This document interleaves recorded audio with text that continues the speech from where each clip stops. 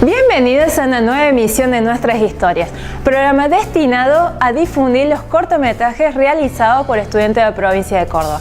Queremos agradecer a Cristian Carnaghi, que es director del Centro Cultural La Casa de Pepino, situada en Fructuoso Rivera 287, que nos cede este espacio para la grabación de todos nuestros programas. En la emisión de hoy podremos disfrutar del cortometraje El Perdón del IPEN 114 Arturo Jaureche. También una entrevista en profundidad y con sentimiento a Ezequiel Colazo, quien fue el protagonista y director de este corto. Y por último, cerramos el programa de hoy con una entrevista al conductor del principal noticiero de Córdoba, Gustavo Tobi. Si sos docente o alumno de un colegio de la provincia de Córdoba y querés que pasemos tu corto, acá les dejamos los teléfonos de producción para que se comuniquen. Nosotros estaremos realizando una selección y clasificación de los cortos que serán emitidos. El cortometraje El Perdón se trata de la historia de Ezequiel, quien a su corta edad sufre la pérdida de su padre. Y su mamá queda afectada por esta situación, quien lo deja al cuidado de su abuela por tiempo indeterminado. Pasados los años, un día toca la puerta y recibe la visita inesperada de su madre. ¿Vamos a verlo?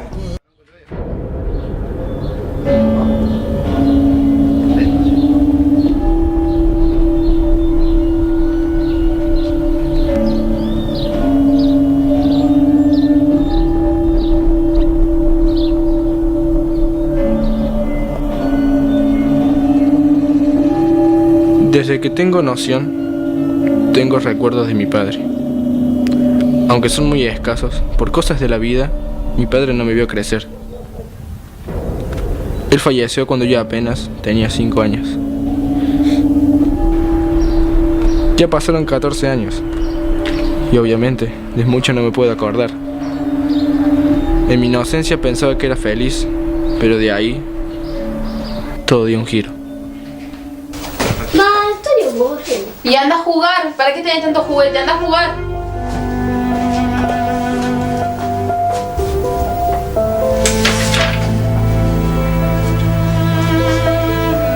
¿A dónde te vas? No, no te vas a ningún lado. Te vas adentro. Anda a acostarte. Qué hartante, Dios. No solo el fallecimiento de mi padre me afectó a mí, sino también a mi madre. Tuvo un cambio muy repentino en su forma de ser. Me trataba como si fuera un desconocido, y cuando pensaba que la cosa no podía empeorar. Hola, amor, ¿cómo estás? Hola, hija, ¿cómo estás? Te encargo el nene allí en la mochila, me voy a trabajar. ¿Pasó algo? No, me voy a trabajar. ¿A qué hora volvés, hija?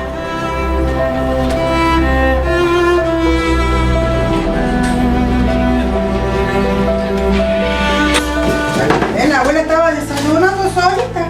Justo viniste para desayunar con la abuela. Abuela. Sí, mi amor. ¿Cuándo viene? Ah, ya viene, ya va a venir. Quédate tranquilo.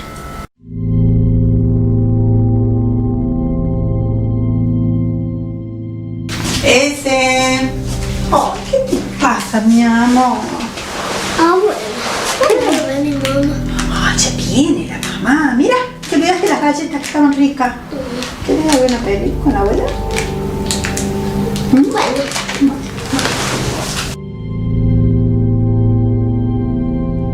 Vamos, ya está la comida. Venga, mi amor, venga. Oh, no se ha sacado de guardapolvo todavía. Ya está la comidita. ¿Cómo le ha ido en su primer día de clase? Bien. Bien, después lo pone bien ordenadito allá en su habitación, ¿sabe? Bueno, siéntese. Le ha ido muy bien. ¿Cómo es la seño? Cuénteme, ¿cómo es la seño? Flaquita, buenita. Ay, mi amor, qué lindo. Bueno, pero cuando empiecen a dar tarea, Ahí se tiene que poner las pilas. Pero usted es tan inteligente que va a hacer todo. Todo, le va a ir muy bien. Gracias a Dios tenía a mis abuelos, 2 personas dignas de ser. Comencé la primaria y todo parecía ir bien. Pasaron los años y ni cuenta me daba que no tenía padres, ya que mis abuelos me mimaban en todo. Mira lo que me dieron. Mi hija, ay, qué hermosa que está, mi amor. Meses esperando por esto. Ay, por fin te la trajeron. Ya estás en el Mira, último mira. año, mi cielo. Ya llegó. Estoy en el último año gracias a vos. No, mi amor, gracias a vos. Vos hiciste todo, mi cielo. Te quiero tanto, tanto. Tanto. 9 años después de que mi madre me abandonó, un día como cualquier otro, suena el timbre. Y era ella, la mujer que no veía hace años. ¿A mí? Le clavé la mirada y no podía reaccionar. La mujer que me abandonó estaba al frente mío y sin decirle nada la abracé y en ese momento la perdoné. Si algo aprendí de mis abuelos es a perdonar.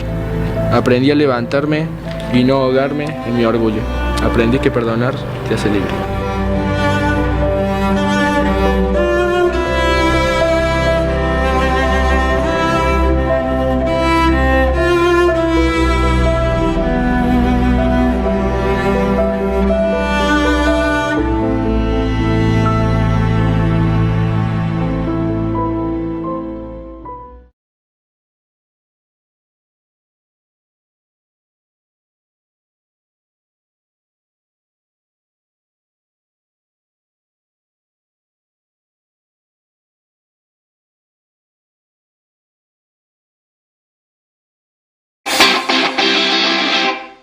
Acabamos de ver un excelente cortometraje, El Perdón, del director Ezequiel Colazo.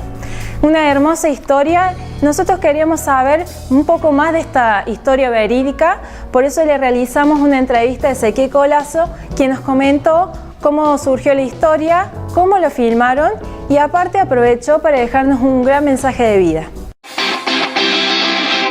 Bienvenido Ezequiel a nuestras historias. Gracias por estar en este espacio. Contando más o menos cómo surgió la idea de contar tu historia en un corto. Bueno, ahí yo soy del colegio IPEN 114, Arturo Jauregui.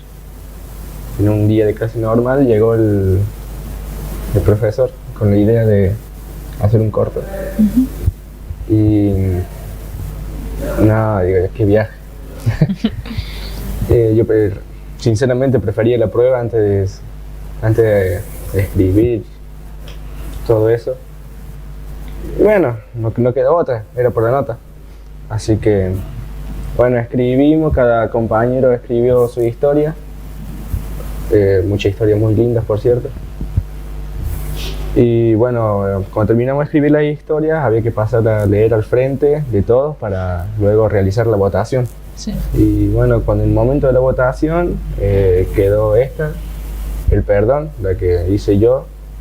¿Y qué sacas de positivo, capaz de positivo o negativo de esta experiencia? Y de positivo,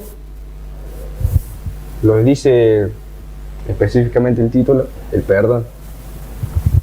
Hoy en día a las personas les cuesta, es lo que de mi punto de vista yo veo que les cuesta muchísimo perdonar.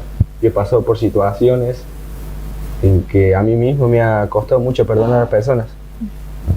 Y hoy en día en un mundo donde el amor de muchos se enfría, creo que no hay mejor forma de liberarse que perdonar. Por eso hice esa historia, es una historia verídica de lo que me pasó a mí.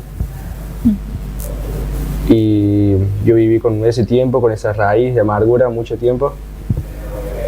Y lo único que me hizo libre de no pensar más, no maquinar más la cabeza con ese tema fue perdonar. Simplemente perdonar. ¿Y cómo está, digamos, la situación ahora con tu madre? No sé, ¿cómo conviven después de esto de perdonar? ¿Cómo siguió tu vida? ¿Cómo te encontrás ahora con todo eso? Y gracias a Dios, desde el momento ese de que sanó todo, convivimos excelente. Ella es una excelente madre, me cumple todos mis caprichos. Y eso, no encuentro otras palabras para decir que fue, desde ese momento es otra persona. Específicamente vos, ¿cómo te sentiste con ya el corto realizado? ¿Te sentiste conforme, que le faltó algo? ¿Se plasmó bien lo que vos querías proyectar, digamos? Sí, me sentí bastante bien. Después de que le agarré la mano ya quería hacer película. Pero no, sí, bastante cómodo. Los profesores que fueron invitados a hacer papeles ahí, muy buena onda. Incluso después de que se filmó el corto, se cerró todo, mensajes de agradecimientos de profesores, que era una experiencia única para ellos en hacer este tipo de cosas, y la verdad que eso me hizo sentir mucho mejor. Sentir bien a otras personas me hizo sentir mucho mejor. Coméntanos cómo es tu situación hoy en día, qué andas, qué estudias, no sé qué hobbies tenés, si a partir de ese corto, no sé, surgió algo.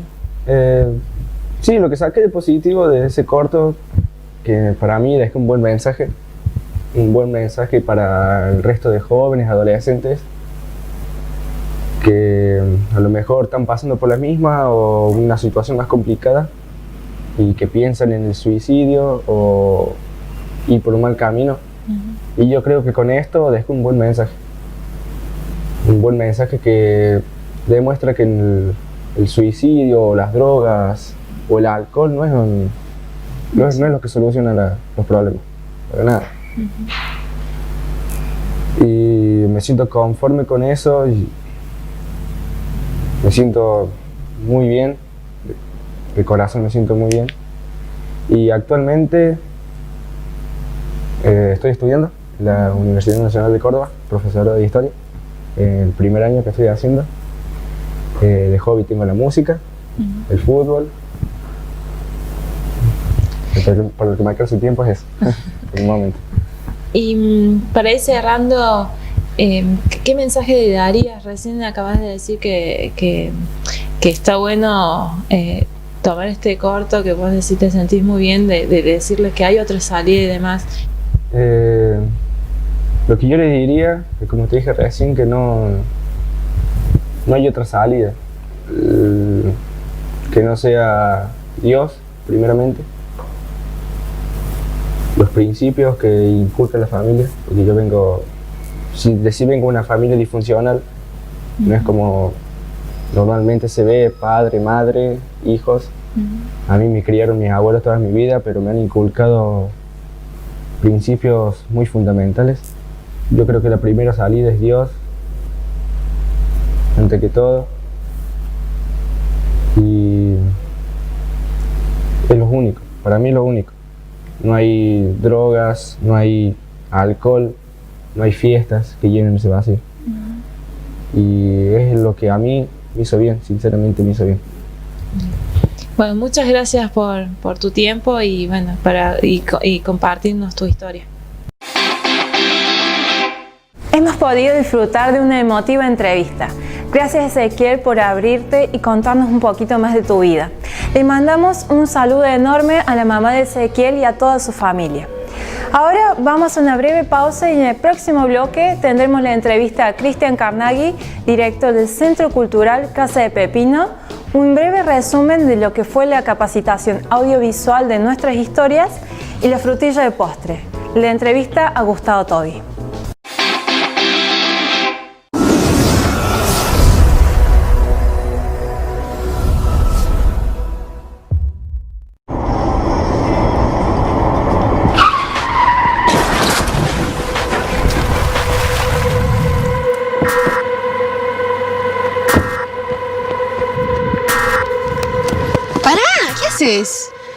No es tu problema, te vas a meter. Anda a saber qué hizo para terminar así. Pero, ¿cómo no vamos? ¿Te metes? Terminas un día vos también. Ya es grande, si se metió sola puede salir sola. O alguien la obliga a estar adentro. Ya fue.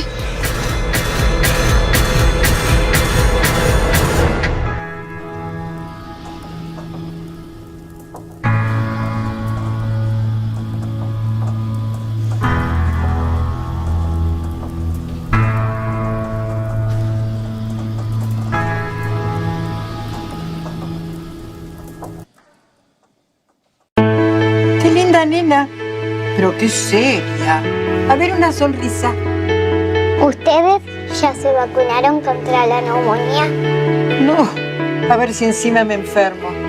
A mí no me hace falta. No creo que me muera por una neumonía. Eso mismo decía mi abuelo. No hay excusas que valgan. En Argentina mueren miles de personas al año a causa de la neumonía. Si sos mayor de 65 años tenés más riesgo de padecerla. Las vacunas son seguras y no producen la enfermedad.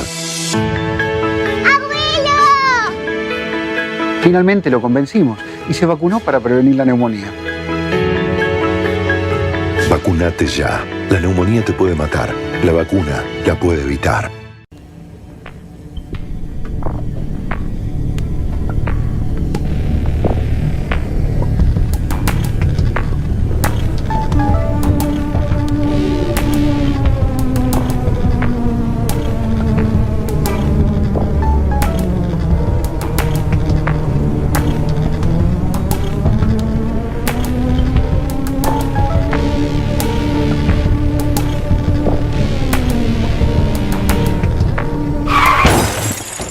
Recibiste el mensaje. El celular al volante mata.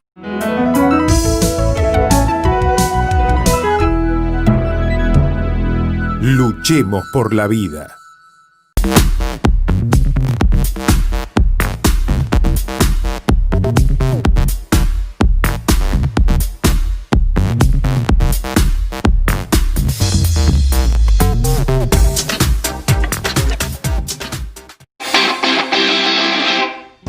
Estamos de regreso con más Nuestras Historias. Ahora vamos a compartirles una entrevista realizada a Cristian Carnaghi, director del Centro Cultural Casa de Pepino, quien nos comentó un poco cómo es el funcionamiento del Centro Cultural y qué actividades se van a realizar en el mes de julio. Hola Cristian, contanos un poco las actividades que hacen en general en la Casa de Pepino. Dale, ¿cómo andas, Eliana? Bueno, te cuento un poquito. Acá en Casa de Pepino nosotros tenemos todas actividades que tengan que ver con la parte artística. Al ser un centro cultural, cualquier tipo de actividad nos viene bien. Es un lugar abierto a la comunidad, es gratuito, entonces cualquier persona puede venir a hacer cualquier tipo de actividad. Y se mueve en lo que es literatura, música, mini teatro, algo de cine. Tenemos un eje también dedicado a los niños, donde hay títeres, donde hay por ahí lo que es narración oral. Y tenemos un fuerte que son las artes visuales, porque tenemos 3 lugares de exposición. Una planta alta dedicada a lo que es arte contemporáneo. En este momento está Espacio Garín, este año, con un curador que traen ellos, obviamente siempre vinculado con lo que es Casa de Pepino. Y bueno, la idea es tratar de mostrar un poco lo que son los artistas locales de Córdoba, referido a lo que es arte contemporáneo. Después tenemos una galería, que es otro espacio de exposición, y tenemos una sala principal, que es donde hacemos todas las actividades, que es otra sala de exposición. Lo que es sala principal siempre está vinculado más a lo que es la memoria efectiva de lo que fue este almacén de ramos generales de principios del siglo XX, entonces son muestras más nostálgicas, y ya galería corta un poquito, es un común intermedio entre lo que es arte contemporáneo y esta muestra nostálgica que te digo, entonces por ahí hay arte algo digital, hay fotografía, pero bueno, ese es uno de nuestros fuertes. Y después, como te digo, tenemos literatura, hay mucho lo que es presentación de libro, obviamente también invitamos siempre a la gente que por ahí tenga alguna actividad que quiera hacer, a venir. Esta es una sala que tiene espacio para unas 60 personas sentadas. Nosotros contamos con un chico pero importante equipo de sonido por si necesitan algún micrófono, se puede hacer algunos mini conciertos, la acústica es buena. Así que bueno, más o menos esas son las actividades que hacemos. Casi siempre de miércoles a domingo tenemos lleno. Por ahí hacemos dentro del mismo día 2 actividades. Y bueno, nada, los invitamos a todos a venirse a Casa de Pepino a disfrutar de lo que es el arte acá de Córdoba. Cristian, ¿nos podés contar un poco las actividades que hay en julio? Obvio, nosotros acá en julio tenemos dos actividades centrales.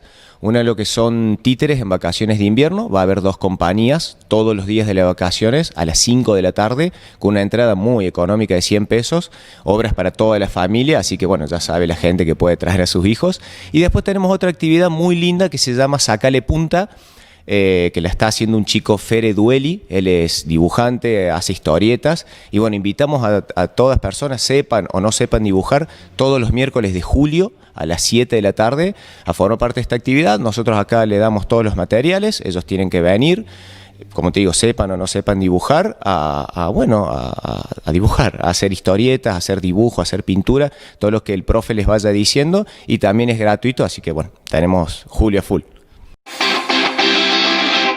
Continuamos con más nuestras historias. Ahora vamos a compartirles un breve resumen de lo que fue la capacitación audiovisual del proyecto Nuestras Historias, que se realiza cada año en el subsuelo del Pabellón Argentina. En esta instancia, los jóvenes adquieren herramientas teóricas y prácticas para la realización de sus cortos. Participaron los IPEM 114, 136, 184 y 323 y el Colegio Nuestra Señora de Lourdes de Unquillo. ¿Vamos a verlo?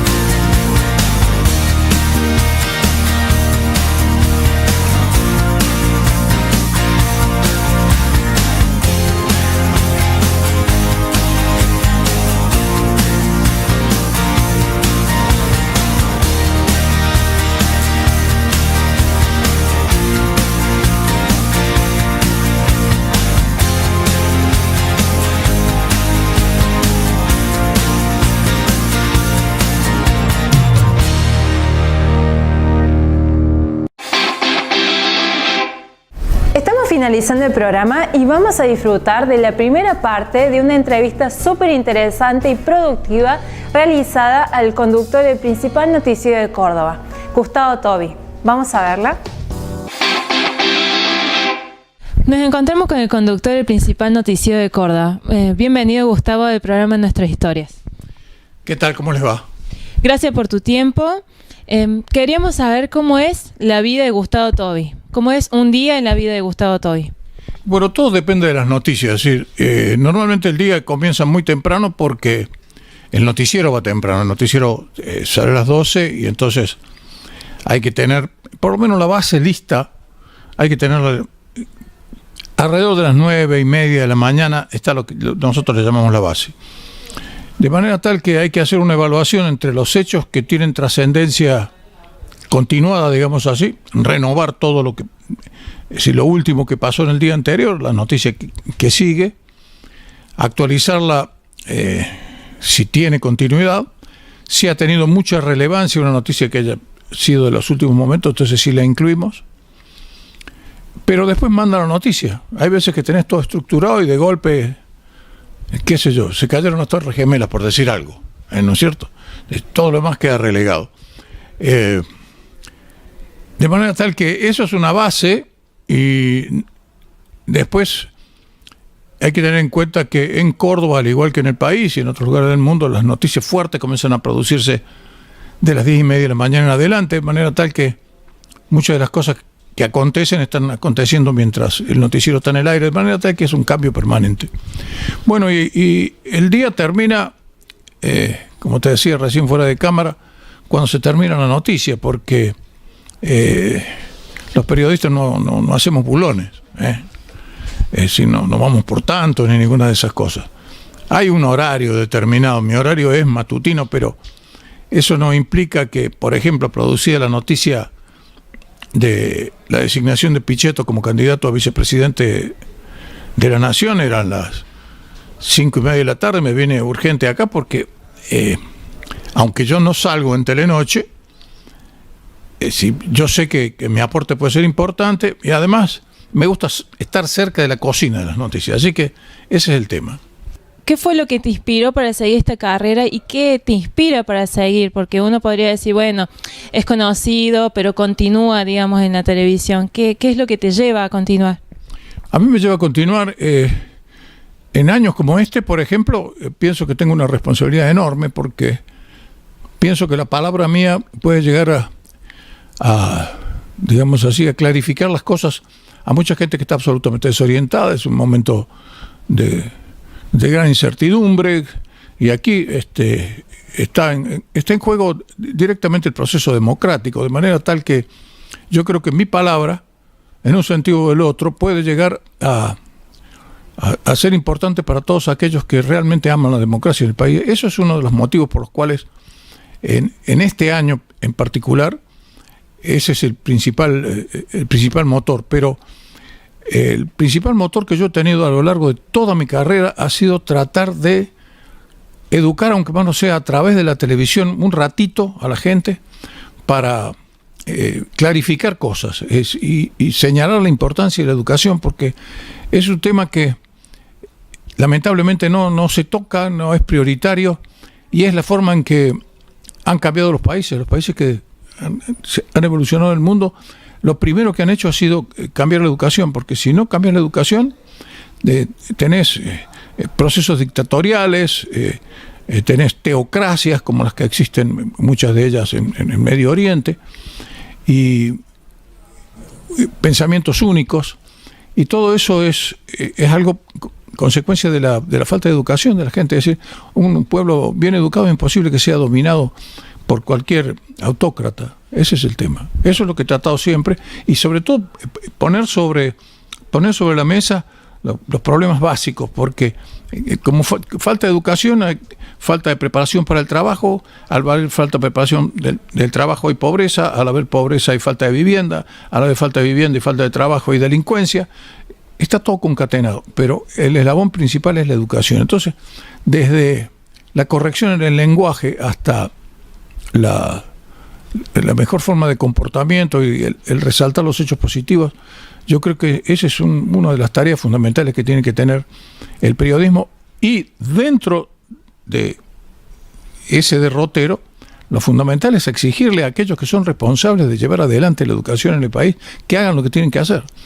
Y por supuesto, por eso es muchas veces la actitud que siempre he tenido muy crítica hacia a los gobernantes, sean y fueren del color político que fueren, ¿no?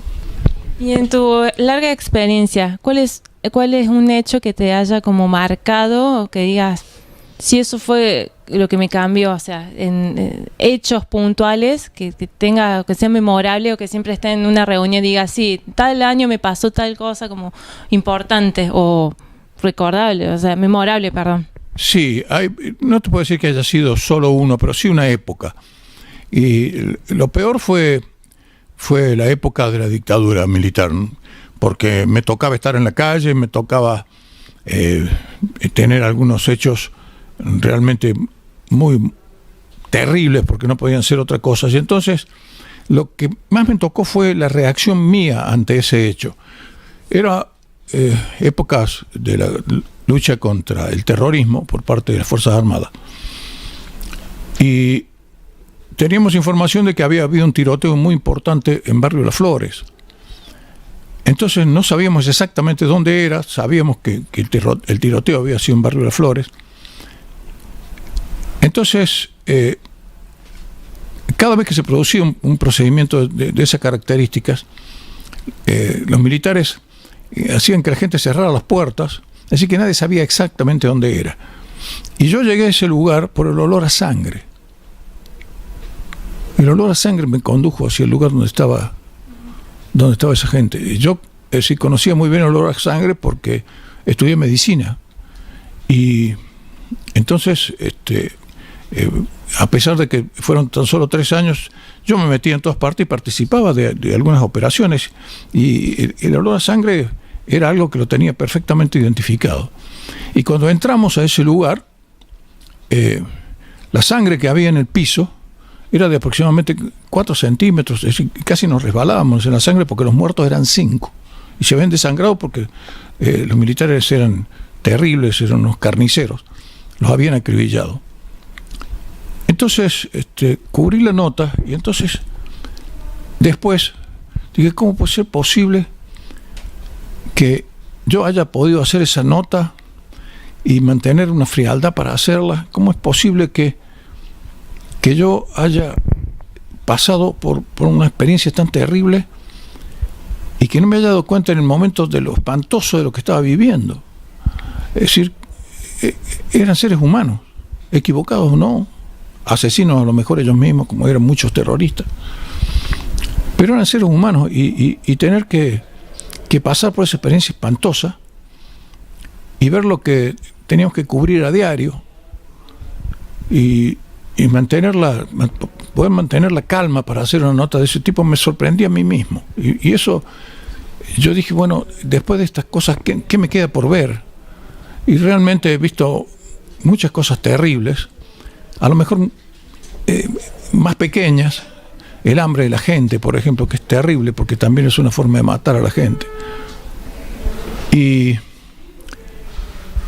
que me conmueven mucho más que en aquel entonces, cuando eso me tendría que haber marcado. Pero yo creo que eso es uno de los sucesos que a uno le señalan que si tenés pasta o no tenés pasta para esto que estás haciendo. Pero no te lo tenés que olvidar nunca, nunca más te tenés que olvidar de esas cosas. Ese fue un hecho del cual yo no tengo fecha exacta.